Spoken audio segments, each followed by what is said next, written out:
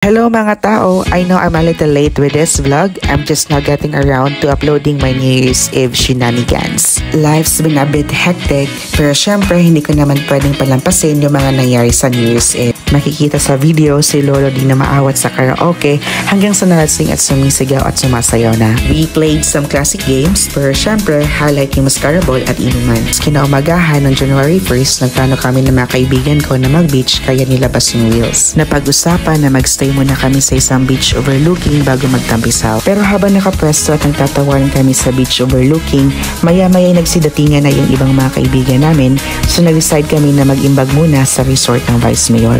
Nung nakarating na kami sa port, tila iba ang galak na darama ng aming ibang mga kasama sa kanilang nakikita. Lumakad na kami papunta sa resort ng Vice Mayor at habang may makasalubong kami mga kaibigan namin ay pinapainom nila. Nung nakarating kami sa resort, naabutan namin ang ibang kaibigan na nagkantahan at syempre, hindi sila nakatakas sa paglaklak ng alak. At hindi ko nabanggit na naabutan din namin ang ating Vice Mayor at doon kami nagstay, kumain, nag-inuman at nagkwentuhan.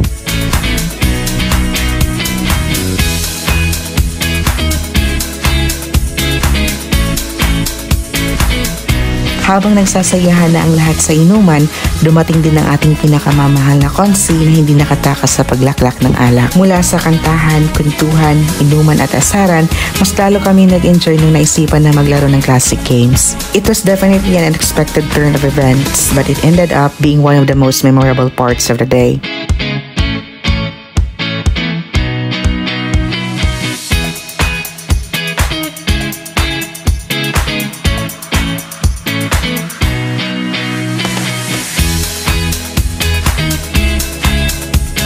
Napakasaya namin lahat and the laughter was really infectious. It was a true celebration of life and togetherness. At dahil napaka-enjoy, nagtuloy-tuloy ang laro habang palubog ng araw.